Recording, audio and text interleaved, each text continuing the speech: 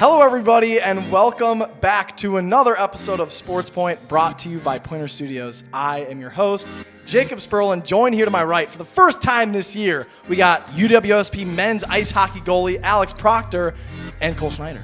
And returning back-to-back episodes. Gentlemen, how you doing? It's good to be back on the show. I had a lot of fun last week. Yeah? It's going to be fun this week. Now, Alex, you've made your way back. Yeah. No, it feels good to be back. Just kicking off another year. Been busy with school. Yeah, senior year, getting ready in a few weeks here for your senior season. We're all so excited. But, oh, my goodness, for this weekend in the sports world, like baseball playoffs, the Packers didn't play, so I didn't have a near stroke. Titans won. The Tennessee thanks Titans for the Cardinals' won a defense. Game. Yeah, the Cardinals choking, goodness. So we had so much going on this weekend, but we're going to start the show as we normally do with the Crowning Champion segment. My crowning champion for this week is Jackson Churio for the Milwaukee Brewers. He had 3 hits and 3 RBIs all in the first 2 innings on Saturday's game in Game 1 of the NLDS versus the Chicago Cubs in Milwaukee. Oh, my gosh. That was insane. Obviously, on Saturday, you know, Cole, because you were teching me and Brett McNamara, who is still dead, for any viewers that are getting that reference. We were watching the Brew game on our phone while calling a volleyball game, and like in the middle of calling it, Brett tapped my shoulder, look, and Jackson Churio was having a phenomenal game. Obviously, in the second inning, he got hurt. He kind of retweaked that hamstring injury that sidelined him for the month that we were going crazy during the summer. But good news, at least when we're recording this on Monday the 6th, that he's coming back for Game 2, which as of recording is being played tonight in Milwaukee, Game 2 in a couple hours. We'll talk about more of that later, but Jackson Churio, awesome start to the postseason for the Brewers. Who are you guys' postseason? Who are you guys' crowning champions for this week? Yeah, so I actually have another Milwaukee athlete, part-time Milwaukee athlete, Joachim Kimmel he played on the Admirals last year for most of the season, but I think after the preseason in the NHL that he's had, he's got a good shot playing in Nashville. Absolutely crunched Andrei Svechnikov in overtime last night, as we saw before the episode. And then the Hurricanes continue to get a retaliatory penalty, and Kimmel lets the puck fly into the back of the net to win the game. Dang. So, I think I don't know if he's going to be returning to Milwaukee, but he's the real deal. Are you on the side that he should play this year, at least in the NHL? Yeah, I think he got a couple looks last year. Okay. And just not a full-time guy, but I think this year I could definitely see him taking a step into a bigger role in Nashville. But pretty I guess exciting. time will tell. Yeah, obviously you're keeping track. You are a Nashville Predators fan from the area. Just really quick, before you're crowning champion, do we have any expectations for the Preds this year? They're probably not going to do very good. All right. And Cole, who's your crowning champion for this week? So I have 2 crowning champions, Baker Mayfield and Sam Darnold. Breaking the rules. I'm just kidding.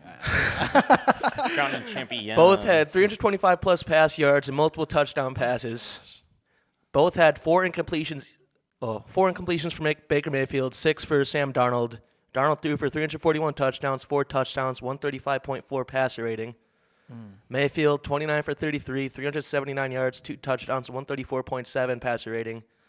Both were teammates in the Panthers in 2022, and now they are on a different level. Sam Darnold was seen as a generational bust back in 2018. He was seeing ghosts, so. He was seeing ghosts. Yeah. And Baker Mayfield had his on and offs, but now they're killing it with the Seahawks and the Buccaneers, respectively. Yeah, I'm so happy for Baker. I loved him when he was on the Browns, specifically. Nice voice crack. And, they just gave up on him. That he's got his redemption in Tampa. That'll take us into the next segment. The 3-Point Try Campus Roundup, brought to you by Point Brewery. And once again, for the last week, flavor of the month, Point Root Beer, made with 100% real sugar. Point Premium Root Beer is handcrafted in small batches with the purest water, genuine Wisconsin honey, and all natural vanilla. The gold medal winning recipe is refreshingly delicious, rich, creamy, and caffeine-free, giving it a time-honored traditional draft root beer taste.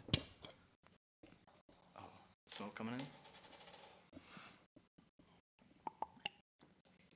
Awkward pause. How do we think? What are we thinking? Gets better every Pretty time. yummy? It gets better every time. I know. Good as normal. All right, well, I'll talk about UWSP women's volleyball for a little bit. Obviously, Cole, you can jump in. Actually, I mean, the Pointers played 3 games this weekend at the Papa John's Invitational. Do you want to kind of talk about the first one since you actually called the first game? Yeah, so I called the first one against, I forget who they played. Carthage College. Carthage. That was a good game. Kenosha, reppin'. Sorry, my bad. Carly Topka and Lauren Shaw absolutely balled out. They each had 15-plus points and tons of digs and blocks. But Carthage, I think, came away with the win there. Yeah. And it was just unfortunate. I don't know how they did in the second game that you called, but Yes, yeah. So, yeah, they obviously That lost was- in the 4th set. And then right after that, they had 30 minutes, and then they played Millikan University out of Decatur, Illinois, and they swept them. The Pointers swept them to 3-0, so a nice little rebound. And then the following day, Saturday, October 4th. that was exciting. Oh, my goodness. You were... I was teching that game, teching and it. they were down 2 sets to 2 nothing. sets down to Gustavus Adolphus University. Familiar with them because through hockey and football, there's a The university. Gusties. The Brett's, Gusties, Brett's, Brett's favorite team name, the Gusties. Yes. I don't see it, but okay. Is it actually his favorite, or did he say it? He just says it's fun to say. The Gusties. Gustavus Yeah. Adolphus Gusties. Yeah, so, the Gusties were up 2-0 the first 2 sets against the Pointers. The third one, it was very back and forth. They clawed their way back. Same with the 4th set. And the Pointers were trying to complete the reverse sweep, and they did. They won the last 3 sets, taking the overall match, winning 3-2. So, yes, the Pointers went 2-1 on the weekend. And you already mentioned it. Players like Lauren Shaw and Carly Tomka absolutely popped off, especially offensively. They both are tied leaders for the team in kills with 144. That's crazy. And something also to note, freshman Logan Cregan is second. She is balling With out this 100 year. with 125 kills in this on the season. But that is all I've got for women's volleyball. You got men's soccer, Alex? Yes, I have men's soccer. Nice. I'll just go ahead and say it right now. I'm thoroughly impressed with the men's soccer team Yeah. being a second Second program. year. And we're 8-2-2, and we have lots of conference games Yeah. to play. So just going back, recapping. So October 4th, we played UW Whitewater. We lost 1-0. Whitewater 6-3-0 on the season. So wow. Yeah, that brings the Pointers down to 0-1 in conference. That was the conference opener. Whitewater 1-0 in the conference. Whitewater scored in the 23rd minute on its first shot on goal. It's so much different they hear about something like that, like compared to hockey. Yeah. Because like they really don't take that many, like they don't have that many prime shots. No. You know, and I mean, soccer goalie, the save percentage is so much different than. I mean, than like hockey, the than field hockey just goalie. is a lot wider, so is the goal. Net, the net's Yeah. bigger. But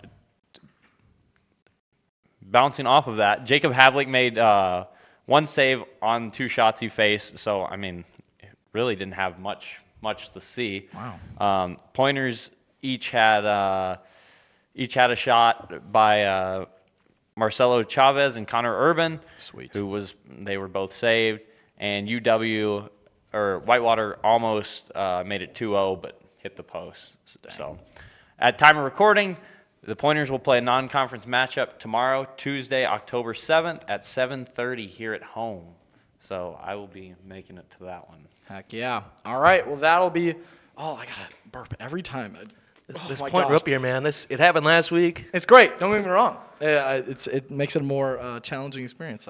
You got to appreciate it. But once again, thank you to Point Brewery for sponsoring this week's episode and the Campus Roundup segment. That'll take us on.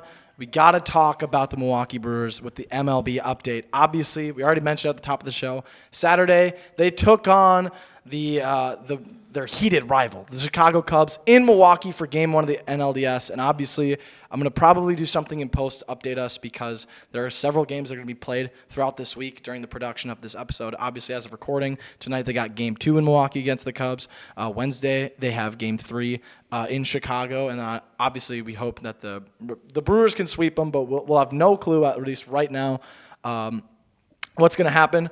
But for a quick recap, that game started off right away in the first inning. Matt Bush, home run, right off the start, solo homer, and it was like, oh gosh, like that is the worst possible way that it could have started. But then Peralta escaped the inning. I believe he had around 9 Ks in the day, so did very well outside of that allowed home run for a starting performance for a pitcher. And then of course the Brewers roared. The first 2 innings, 9 runs. They were all over the place. I already mentioned it. Churio had himself a first couple of innings. Contreras did well. Sal Frelick had a broken bat ball that should have closed the inning. And I believe it was Nico Horner coming up. The ball slips through his glove. I remember that clip. Like, literally everything was going the Brewers' way for the rest of that game. And even though the Brewers only scored all their runs in the first 2 innings, it was a 9-1 lead. Like, it was going to be so much for the Cubs to inevitably try to come back. And throughout the rest of the game, I believe they hit 2 more home runs, one by way of Ian Happ, and I forgot who got the third home run. But the final score is 9-3. It was a pretty easy win, and I think most Cubs fans who were there was a lot of Cubs-Brewers, mixture of Cubs-Brewers fans in Milwaukee. A lot of them left about halfway through the game because there's no chance. But I got to say, for a Brewers fan who's a little nervous going into that series, there's no better way that it could have started, at least in my opinion, and obviously a lot has left to happen. Gentlemen, I asked last week, we had a poll for it for the fans. The Brewers World Series hopes, maybe a little bit higher of Game 1. Do you guys think that this series is going to end in 3, or how long do you think it's going to be drawn out? Do you think the Cubs can take it? I think the Brewers got him in 3. Oh, yeah? With this dominant showing, they only scored 9 runs in the first 2 innings, but only giving up 2 runs throughout the rest of the game. That's solid defense.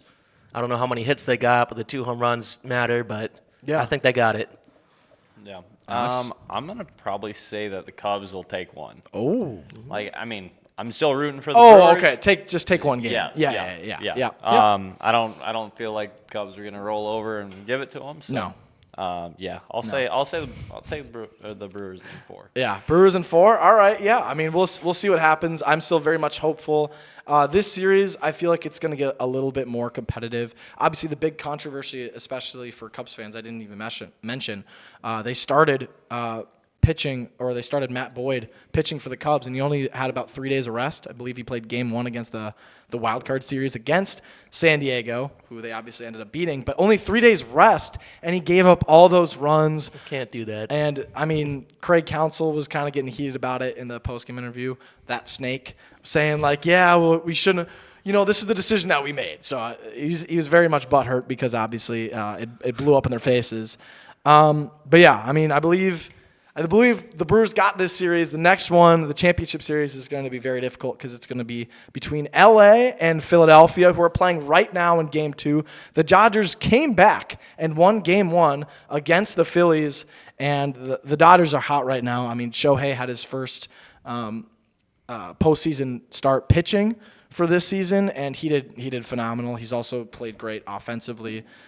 He's looking like, at least in my opinion, from what I'm seeing, like top 3 player in baseball right now. Shocker, right? Shocker. Isn't he going to win the NL MVP? Yeah. Yep. As much as to some probably people's chagrin, he definitely 2. will. Probably top 2.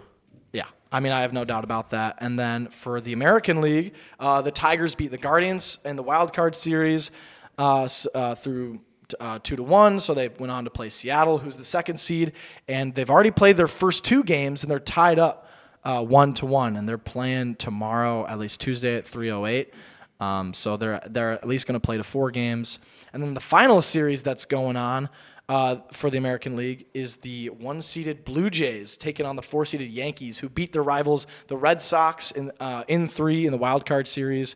But the Blue Jays have really dominated these first 2 games against New York, especially this past game on Sunday. They won 13-7. A grand slam in the middle of the game kind of sealed it. And I don't know. Blue Jays, I think, have a good shot of making the World Series right now. Obviously, the Yankees aren't going to go down without a fight, but if the Blue Jays complete the sweep and they get that a little extra time of rest, they're going to be scary heading into the rest of the postseason. Do we have an official? We're past the wild card series. Do we have a prediction, I should say, of what the World Series matchup will be? No, it's on the spot. Brewers, Tigers. Brewers, Tigers. Yeah. Wow. Yeah, I like the Mariners. Cal Raleigh is having the best offensive. I don't know. The season Tigers are for hot right now. a catcher. Yeah, they are. Yeah, I could see it.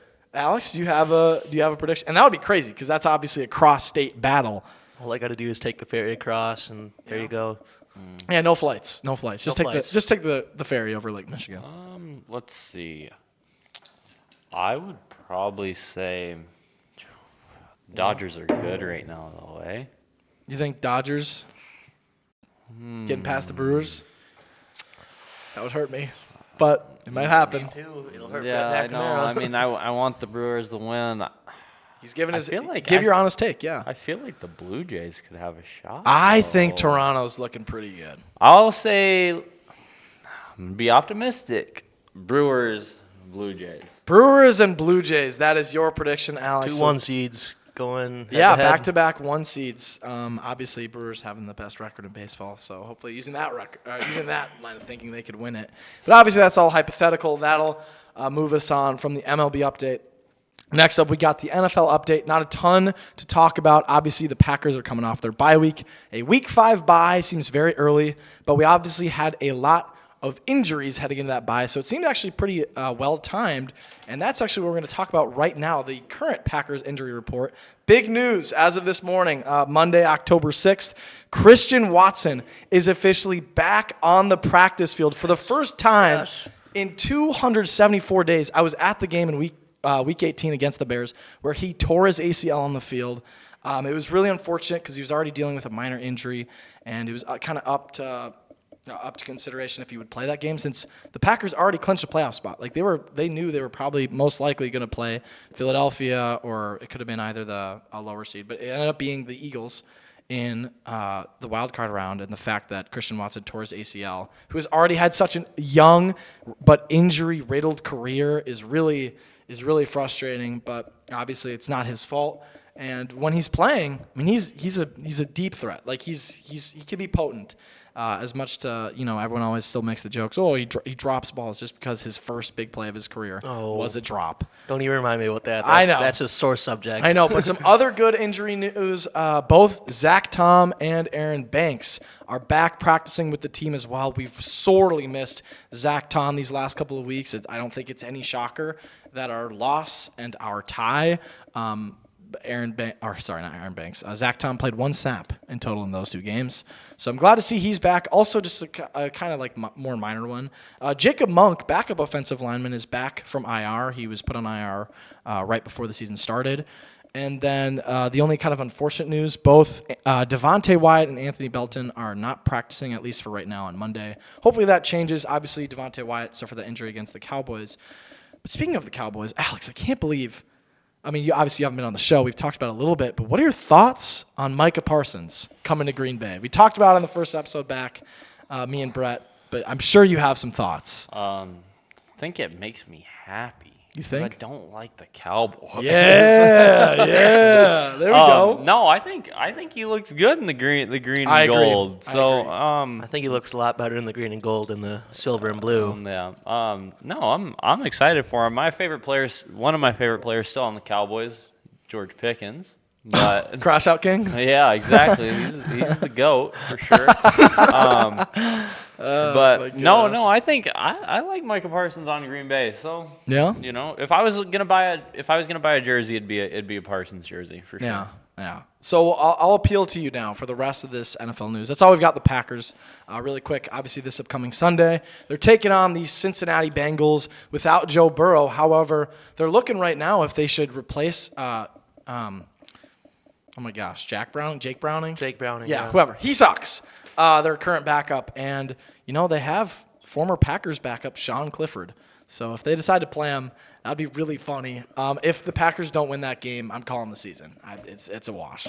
But I really don't think that's going to happen. I think we're going to have a good bounce back. But anyways, that's all I've got for the Packers. For the rest of the NFL update, as I was saying, Alex, you're obviously a fan of the Tennessee Titans. They got their first win in 2025, at least in the 2025 season, taking on the Arizona Cardinals. Obviously, your boy, Kyler Murray, leading the Cardinals. And unfortunately, I don't think the the loss was necessarily his fault. What was your reaction to that game? I mean, I watched a little bit here and there and I thought Kyler played good game. He hit receivers right in the hands. Nobody seemed to be able to catch it. Even the guys on defense for the Cardinals, if Cam Ward threw it to them, they couldn't catch it either, or they did catch it and fumbled it. Foreshadow, but I started Imari DiMarcado on my fantasy team, and how in the year 2025 are we still fumbling the ball at the 1 yard line? Like right before you, like, what's the point? Yeah. Drop it like at least at minimum halfway. Come on, man. oh my goodness. No, but I mean, is Cam Ward is he that good? Okay. He has a lot of potential. He needs to prove himself more, though. He needs to put more wins on the board for the Titans. Yeah, I know. And watching the little bit that I did, I don't know. Like I thought at the end of the game, probably the last 10 minutes of the game. Yeah, he played good in that fourth quarter. He was insane. Yeah. But where how do we translate that to the first quarter, the second quarter? Yeah. Come on. Now he was throwing some dogs. Yeah, he was. He was. In my defense for Cam Ward, he is put in a really bad situation in Tennessee. Yeah. Offensive line, it's been bad the last 3 years. It is still pretty abhorrent. Also, their wideouts, their weapons, especially in the first few games. Like there was one, I think it was week 2 or week 1 against the Broncos, who looked really good this weekend and took down the once undefeated Philadelphia Eagles. I mean, he was throwing to guys that were open, but also making nice throws. They were dropping them. Calvin Ridley's having a really tough season. A.O. Manor, who's their rookie, he's like their only somewhat reliable receiver, but everyone else on that team is doing pretty booty. I think they have Tyler Lockett on that team. I haven't heard anything about him all season. They also just don't have a lot of great weapons, and who knows? Callahan, their head coach, I don't think he's staying in Tennessee after this season. It's a bad team, but that was a weird win. Like, it wasn't just the fact that DiMarcado fumbled the ball, and then obviously the Cardinals were up like 21-8, 21-7. But then Cam Ward throws to a wide open defender who intercepted the ball. As he's getting up, no one touches him. He just fumbles it. His fellow teammate tries picking it up, accidentally kicks it towards the end zone, where a Titans player lands on it to score a touchdown. Like, that is one of the big plays that helped them win that game. And then I'm sorry, I'm sure he's not going to watch this. Their goofy kicker, Sly, who can't. Oh, he's definitely watching. Yeah, he can't kick the field goal to save his life. Somehow ends up winning it. Yeah, he won the game winner. That's a thrilling win. Barely though. It was. I know. It's a win nonetheless. I would say a lot of mediocre NFL games this weekend. Obviously, Sunday night game. I watched that game. Oh, Bills. The Bills-Patriots upset. Patriots upset the Bills in Orchard Park. It wasn't the only upset this weekend. I mentioned it. The Broncos and the Eagles. Obviously, the Eagles were, like the Bills, one of the only two teams left that were undefeated that we talked about last week. And the Eagles, once again, cannot complete a full four-quarter game. And you know what's really weird?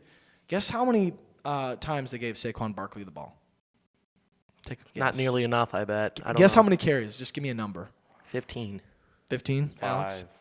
They gave him 6, which 6 is the carries? lowest Oh, of his right. career. To Saquon Barkley. I get it. A.J. Brown, former Titan. Devontae Smith were complaining about not getting the ball enough.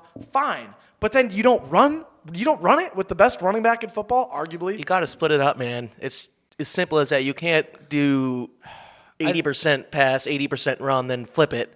Their offense is it's not just that. Their offensive line protection-wise is a little bit weaker as well. The play calling, every Eagles fan knows that it hasn't been as strong since Kellen Moore left after the Super Bowl. So we'll see what else the Eagles do. I think they're still a good team, but I said to this to you guys before the start of the show. I don't think there's a really, really bad team right now, but I don't think there's a really, really good team right now. We're just at that kind of point in the season. There's a lot of injuries stacking up. Everyone's kind of getting sore, and the bye week's coming up for some players. It's already happened for early on for some teams, but we start figuring out who the good and the bad teams are in November into December, when every game, every single snap is even more important as for the rest of the season. So that's all I've got really for the NFL update. Did you guys keep track on Saturday with college football? I watched snippets of the Vanderbilt game. and I forgot that Vanderbilt's like kicking butt this year, ranked 20th in the nation. That's my team. Vandy was doing good. Vandy was doing good. Obviously, they ended up losing 30-14. Alabama kind of ran away with it there in the second half. But Vandy. I mean, their quarterback. I forget his name. He's pretty good. He's like he's gonna find himself somehow into the NFL draft whenever he gets there. Probably like the 7th round. But Brock Purdy was there. Yeah. To add on to this whole Vanderbilt stuff, I've been a Vanderbilt football fan forever. I didn't even know that they were any good this year. Really? Until I saw college football here on the script. And you just looked it up? Yeah, well, nice. Because I've always been a supporter of them. They're not very good, so why would I watch them? I mean, that's fair. Hey, they're doing better than the Badgers this year. Yeah, but to Vanderbilt's credit, in playing Alabama this past week, it's still a close game. It's not out of reach by any means. Not at all. And they kind of like ran away with it towards the end of the game. Like the Vandy had a lead late in the first half. Like they were playing pretty good. There was also a super huge upset this weekend. UCLA beat Penn State, and that was extremely shocking because UCLA notoriously is. The last time they were a really good football program was like a century ago. So the fact that they scored, I think it was 42 points on Penn State's defense. I mean, they have a solid run defense, one of the best edge rushers in the country right now. So that was a big upset. The only other notable one, Notre Dame was kind of struggling with Boise State early, but then they ended up winning 20-7. And of course, the Wisconsin Badgers were on upset watch too. I mean, they've been terrible this whole first part of the season. Then after the bye, they take on top 20 ranked Michigan, and were up they weren't up. They were down 10-7 though at halftime, and they ended up losing 24-10. So they didn't really do much there in the second half. Not a shocker. In the last game, I'd like to mention Miami. Beat Florida State 28-22, and they look pretty scary. Carson Beck is good at playing football again. Didn't see that in 2025, but that's really all I've got. Any kind of shocking games you guys this weekend? Obviously, I know you already mentioned Vandy and Alabama. I don't have anything else, but you think Wisconsin can take the Iowa-Wisconsin game? Because I know they're not going to beat Ohio State in 2 weeks. I don't think do they play Northwestern this year? I think they play Washington. They play Washington, yes. I don't think they play Northwestern. Let's take a little gander at the Badgers' schedule. I believe. So they have Iowa coming up next, and then Ohio State, and then Oregon. Yikes. And then, okay, so this is the rest of the Badgers' schedule. We'll just take a quick look. You already said Iowa, Ohio State, at Oregon.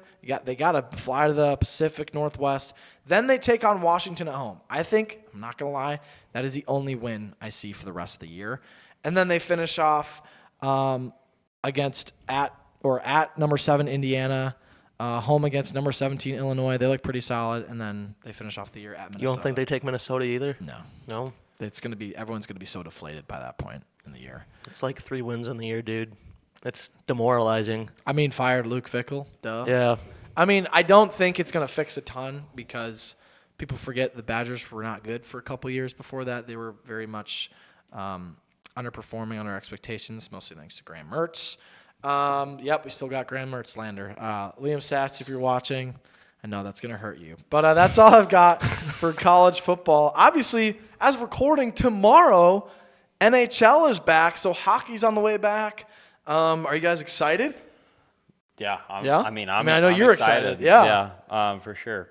Like we said earlier, though, don't know if Nashville is going to be. Cole's not excited?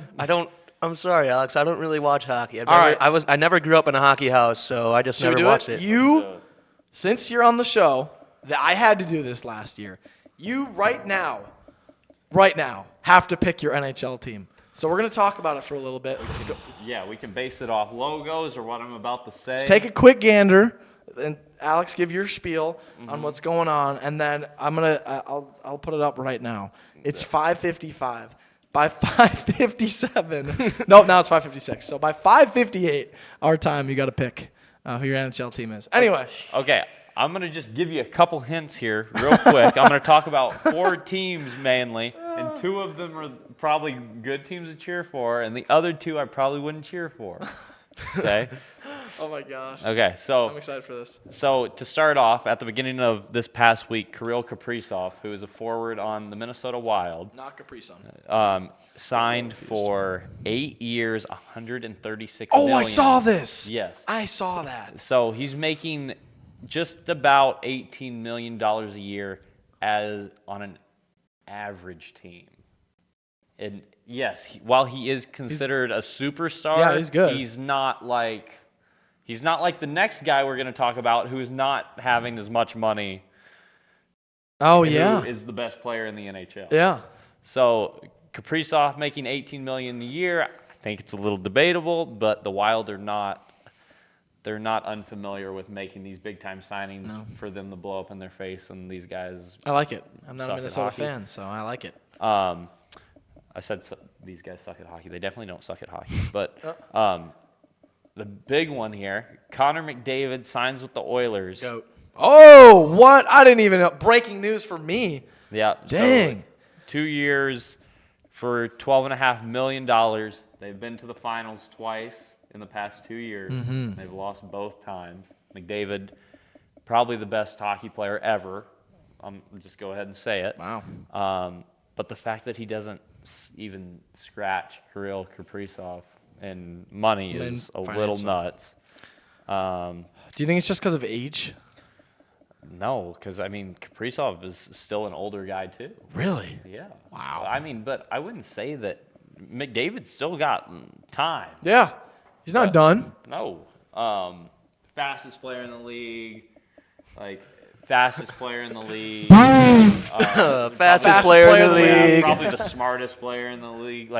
He might be the Fastest player in the league. Yeah, not even close, but he is probably the fastest guy in the league. But yeah, so if you wanted to cheer for McDavid, I wouldn't blame you. Yeah. Okay, but their goalies are horrible. Their goalies. Okay. That's why they can't win the cup. Yeah. Okay, so flipping the script, getting away from contracts. Panthers play the Lightning this preseason, and they ended up over. What they played 2 days ago? They played 2 back-to-back games, over almost 400 penalty minutes in 2 games. Wow. Crazy. Yeah, I think the Lightning ended the game with 4 guys on the bench. It's preseason. Oh, my gosh. Yeah. But guys are fighting for their jobs. Yeah, for sure. And there was a lot of fines coming out of it, a lot of disciplinary action. So I think we're still kind of waiting to see what all happens there. Yeah. But the Panthers beat the Lightning 7-0 in the Battle of Florida. Whew. The Battle of Florida. They know the Panthers. Florida. The Panthers just Panthers won have back to won back. the Stanley Yep. Cup 2 years in a row. Should I join the Florida Panthers bandwagon? I like the Panthers. I'm from Florida, so there's always a. So my uncle's a big Bruins fan. Okay, so this is your time. My uncle's a big Bruins fan. Breaking news. I don't know what your Cole opinions are on Schneider the Bruins. about to pick his team. See, but the Bruins are in the East, so I don't watch too much East hockey because I watch Dallas, I watch Nashville. They whooped the Sabres a couple times. I can confirm. Yeah. Bruins weren't very good last year, though. Blackhawks are probably the closest team to me. I know they suck. I know they absolutely suck. Bedsy, though. You can Who? cheer for Bedsy. Connor Bedard. Do you know Connor Bedard? No. Oh my goodness. You're about on this. I'm a hockey noob. I'm sorry. you're My about roommate's this year. a big Blackhawks fan. Half my family's from Chicago. Wild's the same distance away. Not from where I'm from. Where are you from? You know where Doxy- Albert, Wisconsin is? Oh yeah, okay. Let's just dox him line. Uh, So is this your the official Gamblers? team? The Gamblers are associated with Nashville, aren't they? No, I don't know. No, No, Admirals. not close. That's what it is. Yes, yeah. Still Wisconsin though. What logo you like in here? Well, let's go based off of in post, logos. Just throw up hockey logos. Also, shout out Liam Sheen. Thank you for being awesome. Let's go. I'll become an Edmonton Oilers fan. Oh gosh. I don't know. You said Shades I of can cheer for Frankie Connor Bright. McDavid. You know what? They got They have McDavid. McDavid. They got him. That's why, I guess. Okay, if you're gonna pick someone, I did watch the NHL All-Star game last year between Canada and the That U.S. was awesome. That was a great game. That was awesome. If you were gonna pick anybody or a team to watch, I would definitely go with the Oilers because they have McDavid and he's the most interesting player. And he's in the game. fastest player. And he's the fastest player. Extremely quick on his feet, and he moves around the ice at breakneck speed. Yeah. So no, cool. Support your decision. I thank you, Alex. I appreciate it. I accept it. I tolerate your decision. Who's your favorite team? Yeah. We don't need to talk about it. Sore subject. Who is it? Who is it? Okay, Who is it? I know my favorite team sucks. So okay. So this is how it works now because I was a Sabres fan, but now me and my girlfriend, who also is really big, she's really big into hockey. She's a Red Wings fan. So we both had to she wanted to us have the same team. I'm never gonna root for a Detroit team. So we ended up eliminating every logo, and we picked the Seattle Kraken. So I'm a Kraken fan. You might get the same result as being a Sabres fan. That's okay. It is what it is. But do we have anything else? Do we have anything else today? Go Brewers. Go Go Brewers. Pack Go. Go Brewers. They're playing about 2 hours from now as of recording. I think that's going to be a wrap for today's episode. I hope you guys had fun. Alex, welcome back. Very glad to have you back. We're super excited for your season. Hope rugby's been going well for you, Cole. Thank you for your return. Thank you to Liam Sheen as well for setting everything up. And from all of us here at SportsPoint, we'll see you next time.